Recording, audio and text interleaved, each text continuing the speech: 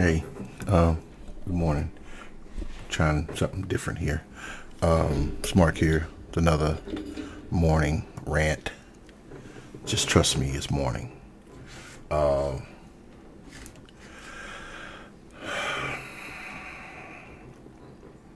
This one may take a minute, so just give me some time. All right. You're gonna see in the news today about Merrick Garland, Josh Hawley, Ted Raphael Cruz. You're gonna see in the news about these people grandstanding at a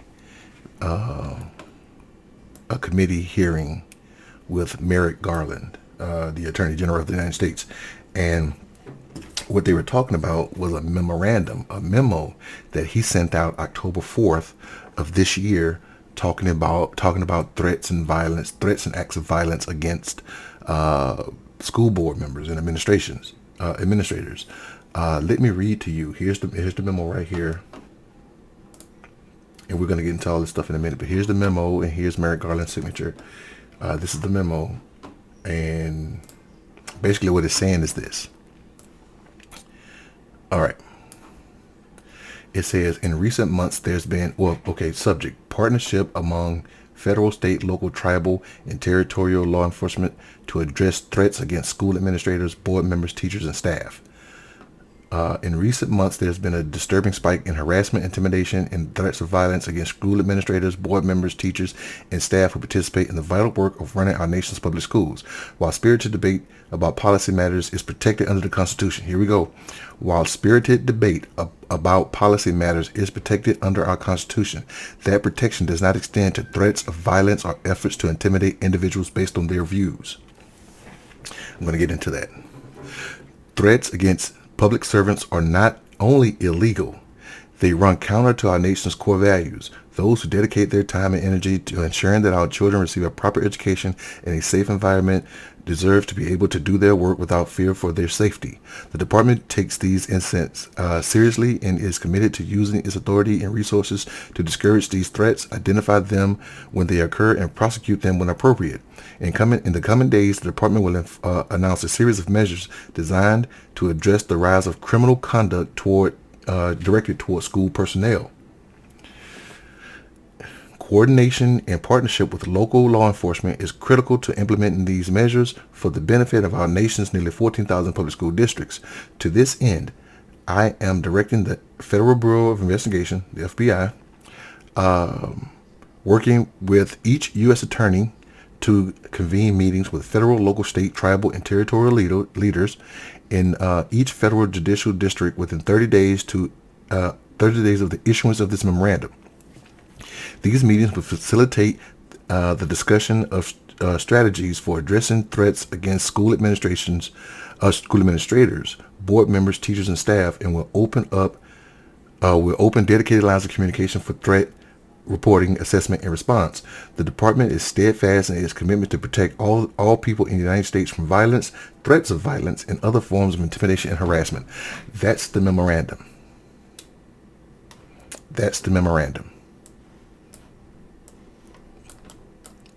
Okay. And so you got Republicans who are trying to run for president in 2024 grandstanding at this hearing to try to call out Merrick Garland. So let's get into the first one, okay? Let's get into now. This was a 4-hour meeting. I went through at least 3 hours of it, and I listened to everybody's issues. I listened to the Democrats. I listened to Republicans. I'm not gonna play the Democrats side of it because, of course, they're gonna be lenient on Merrick Garland. I'm gonna play for you the Republican side of it, and let's show you how they grandstand. I'm not gonna play all of it because, again, it's 4 hours. I'm only gonna play Hawley, Cruz. I'm gonna play Cory Booker, Democrat from New Jersey. So just listen to what these fools are talking about.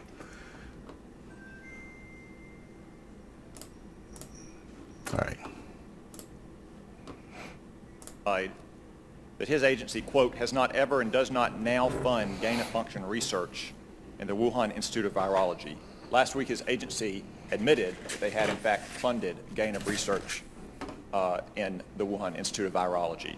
Are you investigating Tony Fauci for lying to Congress?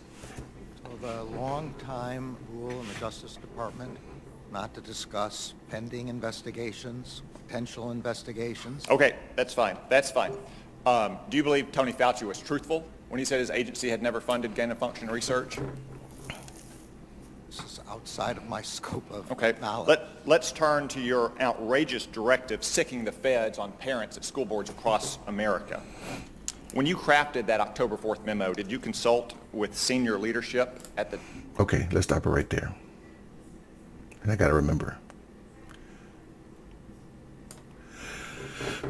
Okay. And I could have taken this video. As you see, I got it all cut up here. I could have taken it, saved it, did all that stuff, but I wanted to get this out. So just bear with me on this stop and start thing. Now, I just read to you, and I can show you again the video, the letter. It's not on this one. I can show you the letter. Give me a second. No way did it talk about parents. Yeah, you can't see it right now. No way did it talk about parents. Here we go, right here. Let me move myself out the way.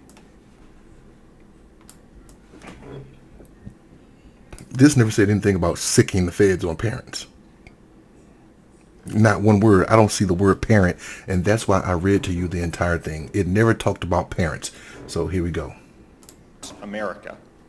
When you crafted that October 4th memo, did you consult with senior leadership at the FBI? My understanding was that the memo, or the idea of the memo, had been discussed with the FBI before it got... Did anyone at the FBI express any doubt or disagreement or hesitation with your decision to issue that memo? No one expressed that to me. No one? To me. No one expressed that to me, no. Because a lot of them have contacted us, and they said they did, Judge. So? I'm sorry? A lot of FBI officials have contacted my office and said that they oppose this decision. Well, I doubt any of them spoke to me about it because I didn't speak to no one. All right. Made that All right. to me. Judge, you've repeatedly dissembled this morning about that directive. For instance, about the National Security Division. Chuck Grassley asked you a very simple question, why you would sick the National Security Division of the Department of Justice on parents. John Cornyn asked you the same thing. You said it wasn't in your October 4th memorandum, it was in another office's memorandum. It wasn't another office's memorandum, Judge. It was in a press release from your office, right here in front of me, October 4th, 2021, for immediate release. You're going to create a task force that includes the National Security Division. What on earth does the National Security Division have to do with parents who are expressing disagreements at school boards? Nothing in this memorandum or any memorandum is about parents expressing disagreements with their school boards. The memorandum makes clear that parents are entitled and protected by the First Amendment to have vigorous debates. It said that. We don't, the Justice Department is not interested in that question at all. Okay, so even in that case, what is the National Security Division, Judge? These are the people that are supposed to be chasing jihadists and Chinese spies. What does the National Security Division have to do with parents at school boards? This is not, again, about parents at school boards. This is about threats of violence. Okay, let me turn to that because you've said that phrase repeatedly throughout the morning. Threats or violence and threats of violence. Violence and threats of violence. Yeah. We've heard it a dozen times this morning. As Senator Lee pointed out, the very first line in your October 4th memorandum refers to harassment and intimidation. Why do you continue to dissemble in front of this committee that you are only talking about violence and threats of violence when your memo says harassment and intimidation? Some kinds of criminal conduct. Is that not wrong? I mean, if someone is threatening and intimidating administrators, is that not wrong? Should you not be charged with something? Should you not be investigated if you're threatening someone? They're splicing words. They're doing that lawyer crap, but the man is grandstanding, and again, I read you the memo. I showed you the memo. You can go back and read the memo. They're going to talk about different other letters and things like that, but the only thing that they should be focusing on is this memo from the Attorney General. And the Attorney General did not specify that we're going to investigate parents.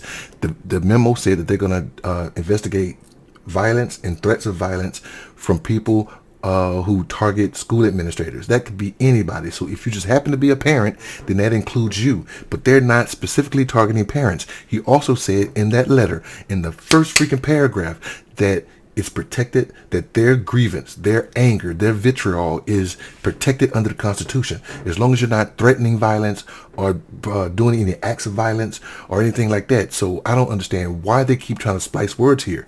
So conduct, and I explained to Senator Lee that the statutory definitions of those terms and the constitutional definitions of those terms involve threats of violence. Okay, let's look at one of those statutes you cited. Yeah. Section 223. Yeah. That statute covers the use of not just telephones but telecommunications devices to annoy someone. So are you going to sick your U.S. attorneys and the FBI on a parents group if they post on Facebook something that annoys a school board member? The no. answer to that is no, and the provision that I was particularly drawing to his attention was 2261A, which was to engage in... I wasn't talking about 2261A. I know you mentioned that. You also mentioned 223. That's what I mentioned. Yeah, but the only Judge, you also told Senator Klobuchar that this memorandum was about meetings and coordination. Yeah. Meetings and coordination. Yeah. Coordination. Yeah. Well, I have in my hand right here that I'll submit to the record a letter from one of your U.S. attorneys. I want to of the daughter's rights. I want to fast forward this because, again, these are 10-minute increments, and I don't want to go too long into this. And I'm already at 11 minutes. But you can see how they're just grandstanding here. This is what I want to get to. Went to a school board and tried to defend his daughter's rights. Was condemned I'm going to get to that. internationally. I'm going to get to that in a minute. Do you apologize to Scott Smith and his 15-year-old daughter, Judge? Senator, anyone whose child was raped is the most horrific crime I can imagine, and is certainly entitled and protected by the First Amendment to protest to their school board about this. But he was cited by the School Board Association That's fine, as a but that's domestic not- terrorist, which we now know that letter and those. That's a reports- school board association. No, This no, is Senator, this is that's wrong. shameful. Watch this. This is shameful. Watch this. This testimony, your directive, your performance is shameful. That's not... Thank God you are not on the Supreme Court. You That- should resign in disgrace, Judge. General Garland, do you He wanted to get that have out. an answer on? Okay, I wasn't sure there was a question there, but let me be clear. The news reports I'm talking about were not the news reports in that letter. They were other news reports that everybody here has heard about, subsequent reports that everybody has heard about. There is nothing in this memorandum, and I wish if senators were concerned about this, they would quote my words.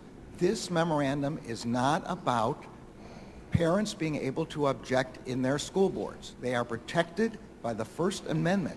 As long as there are no threats of violence, they are completely protected.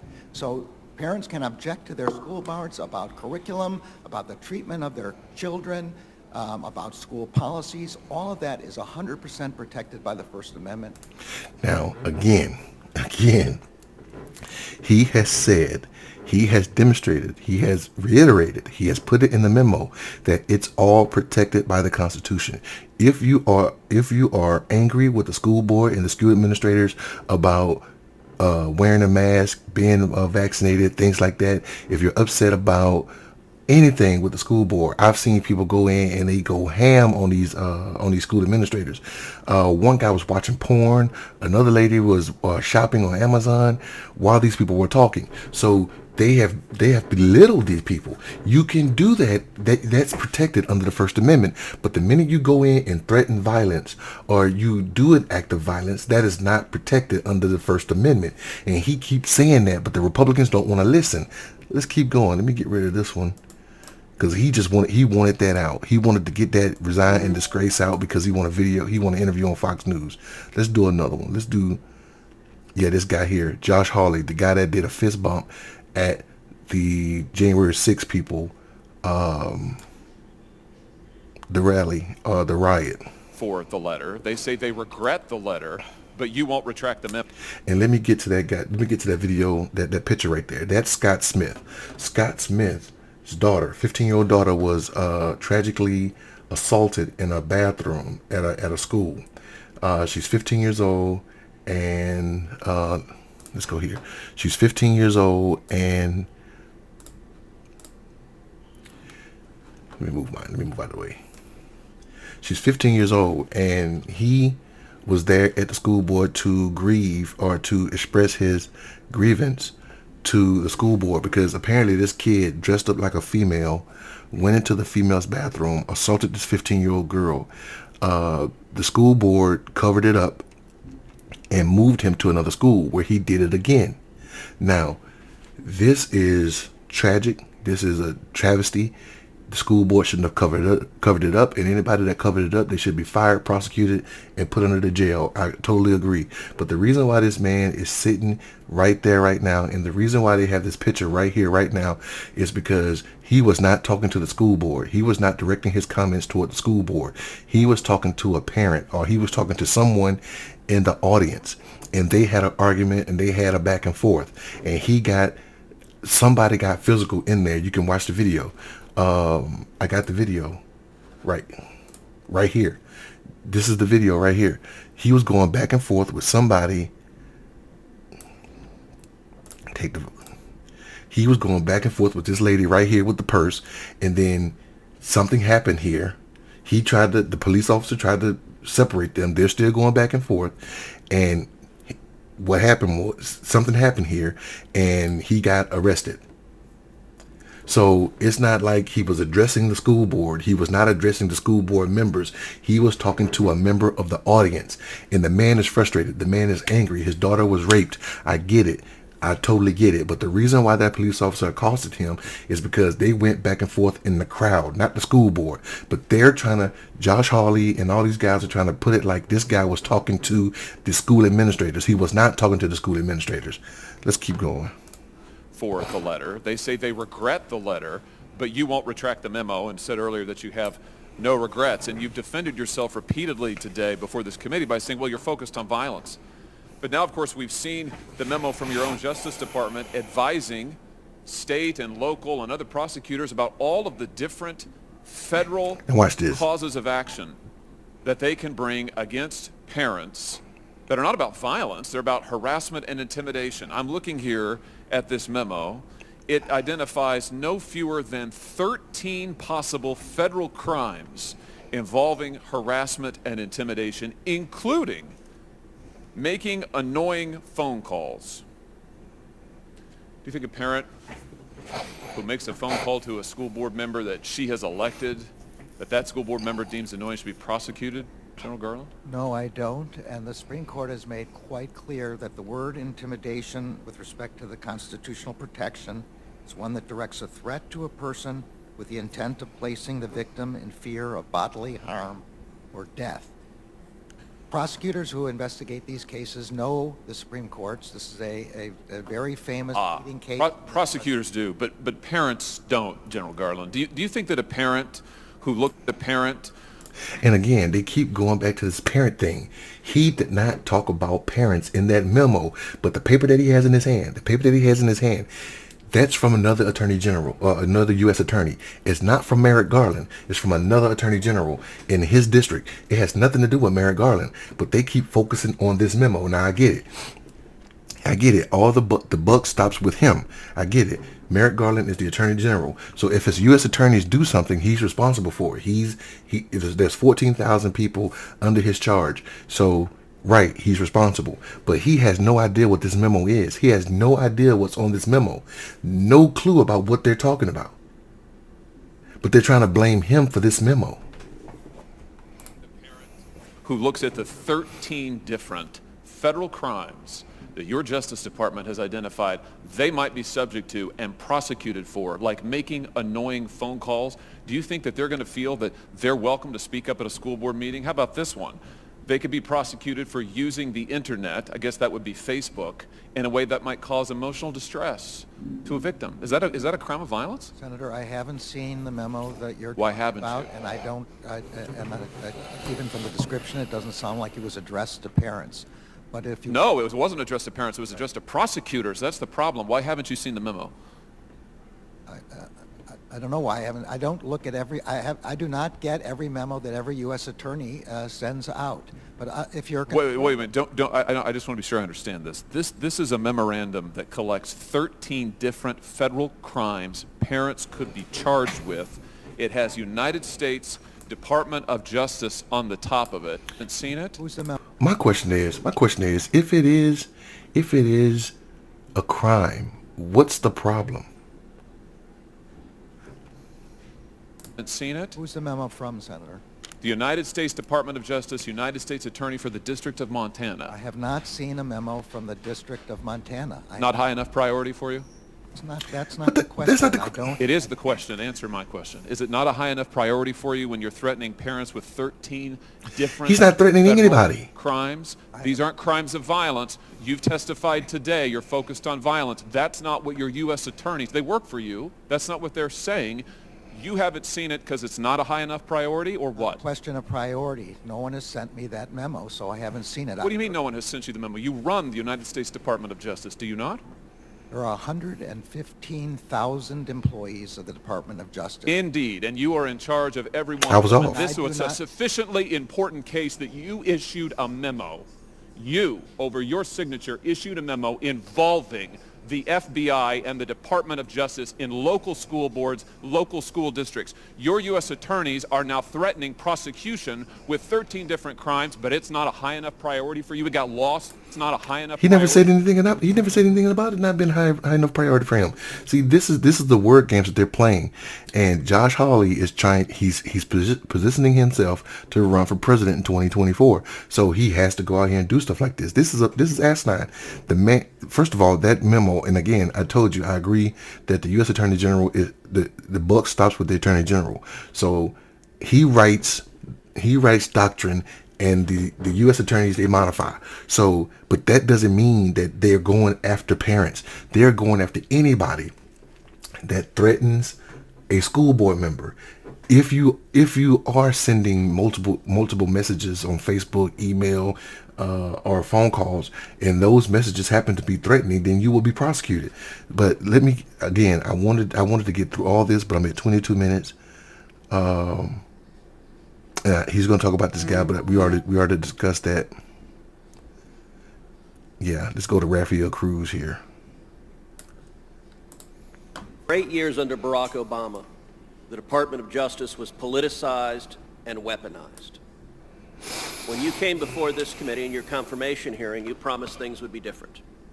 I asked you specifically, quote, will you commit to this committee that under your leadership, the Department of Justice will not target the political opponents of this administration? Here was your answer, quote, absolutely, it's totally inappropriate. Yeah, okay. And General Garland, you know the difference between law and politics. Law is based on facts, it is impartial, it is not used as a tool of political retribution. This memo was not law. This memo was politics. On Wednesday, September 29th, the National School Board Association wrote a letter to the President asking the President to use the Department of Justice to target parents that were upset at critical race theory, that were upset at mask mandates in schools, to terrorists. On the face of the letter was in repeated consultation with the White House, in explicit political consultation with the White House. That was on Wednesday, September 29th. 5 days later, on Monday, so right after the weekend, boom, you pop out a memo giving them exactly what they want.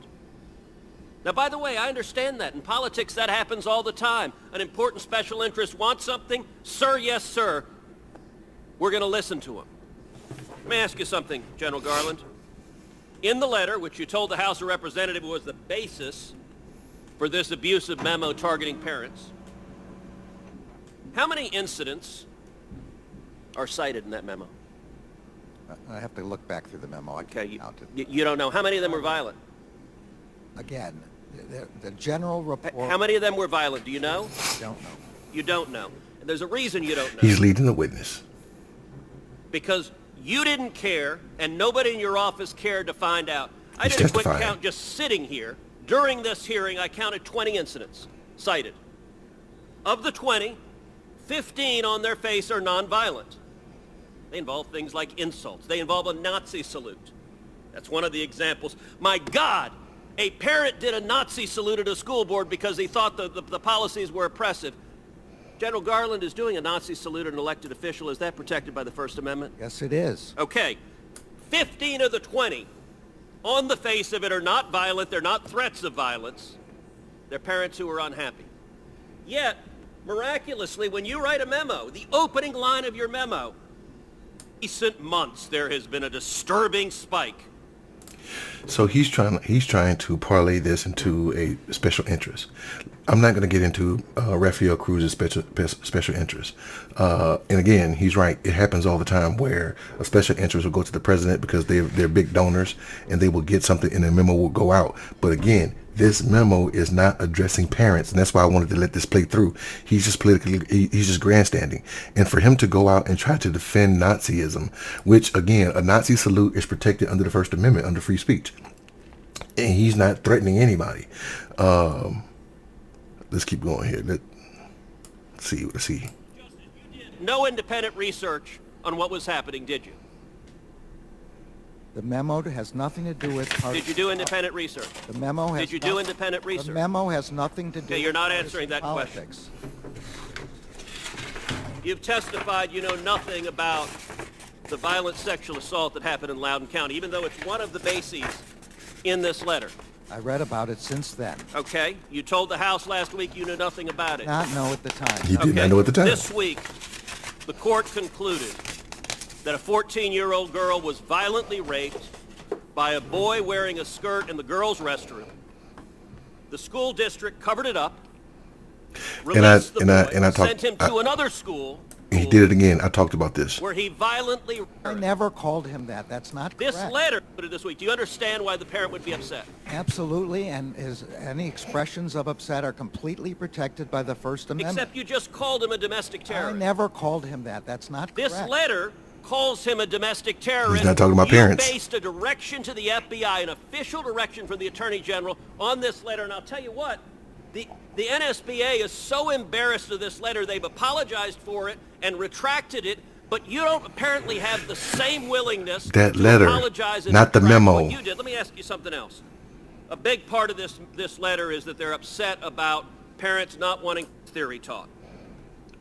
Critical race Your theory. son-in-law makes a very substantial sum of money from a company involved in the teaching of critical race theory. Did you seek and receive a decision from an ethics advisor at the Department of Justice before you carried out an action that would have a predictable financial benefit to your son-in-law?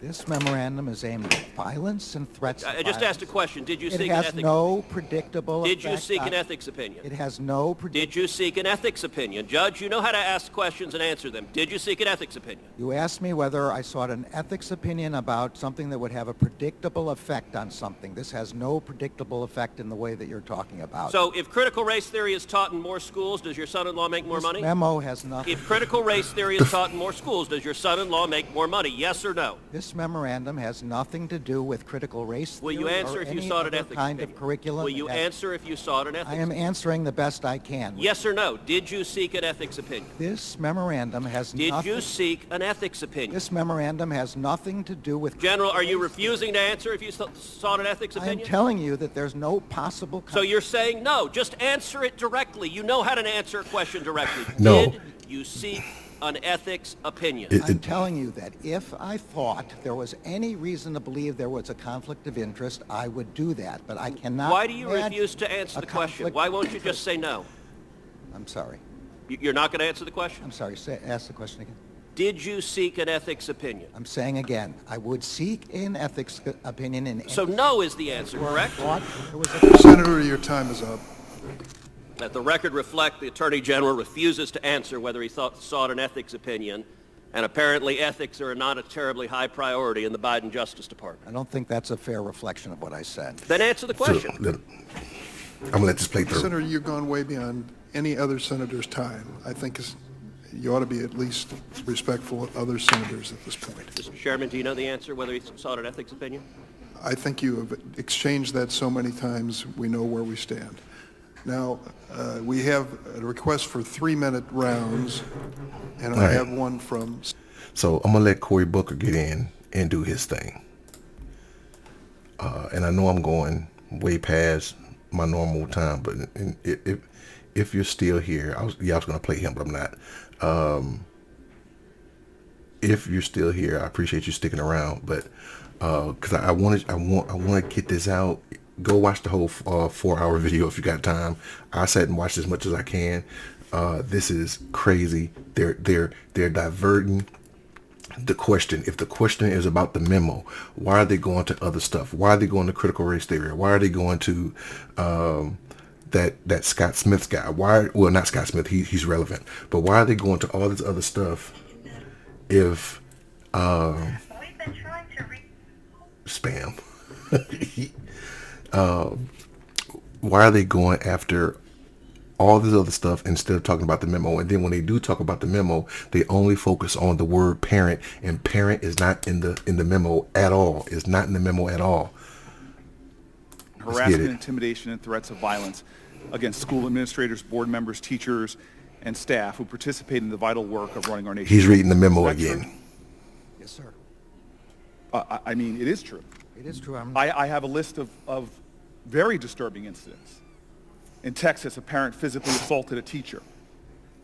August 18th, 2021. In Pennsylvania, a person posted threats in social media which required police to station outside of a school district. Law enforcement investigating the person. I could keep going. Ohio, a school board member was threatening a letter that began with, "We are coming from you." Domestic terrorism in the United States, sir, has it been more from overseas radical terrorists since 9/11 or more from homegrown terrorists, most of them being right-wing extremists? Which has been greater since 9/11? Now, what he's talking about is what the FBI director, Christopher Wray, I think his name is, the FBI director has said that since 9/11, the most terroristic threats that we've gotten do not come from Al-Qaeda and Muslim extremists. They come from homegrown white supremacists on the right side of the political spectrum. Those are the ones that's committing domestic terrorism since 9/11. It has not been Muslim extremists. It has not been people from overseas. It has not been China, not been Russia. It has been white folk on the far right who are committing domestic acts of terrorism. It's people who are going out shooting up schools that are far right. Let's get it. Greater since 9/11. I want to be careful about that. The threats that we face with respect to terrorism, and none of those descriptions have to do with terrorism, but the threats that we face in the United States come both from foreign terrorists. A church and in South Carolina, a synagogue in Pennsylvania, a school, Parkland, a school, Newtown. Has there been threats and violence against schools in the United States of America? There have been, yes. Coming from what types of groups? They come from domestic groups. From domestic groups. Yes. Has there been a long, pages-long list of what my staff could grab, been threats and violence against school officials in the United States of America in the last year? I obviously haven't seen the list, but it accords with my recollections. Well, let me accord your recollection with the letter that I've heard so much about that I pulled it to read it. The one letter that I just read to you. You say literally, spirited debate about policy matters is protected under the Constitution. I'm quoting one of my colleagues today. Does that sound like harassing and intimidating moms and dads? You affirm at the top of your letter that spirited debate is allowed. While spirited debate about policy matters is protected under the Constitution, that protection does not extend to threats and to violence that we have been watching on our And that's TV the whole screens. that's the whole basis. That's the Intimidating whole basis. people, threatening to hurt them, taking physical action. But you know what? You did not call for the DOJ and the FBI to monitor school board meetings, did you? No, I did not. You did not call for anyone to evoke the Patriot Act, did you? No, I did not. Sir, what you called is for the DOJ to convene meetings To do a meeting. to discuss strategies That's for it. addressing those threats. That's it. That's correct. Is that intimidating moms and dads going to school board meetings? I can't see. It's not about, and again, his letter, just like he said, the letter was only about addressing concerns.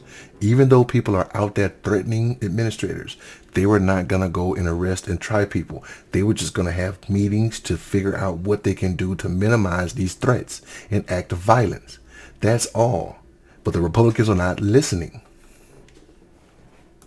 I can't see how that could be interpreted as. Sir, I know something about law enforcement intimidation. It stems from growing up as a black man in America.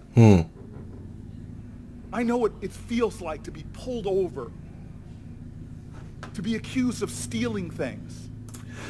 So I'm not gonna bore you guys any longer, but and it's a lot more stuff that I wanted to get to, but I'm at 35 minutes. I may be going to 40, but again, I appreciate you guys sticking around if you stayed around.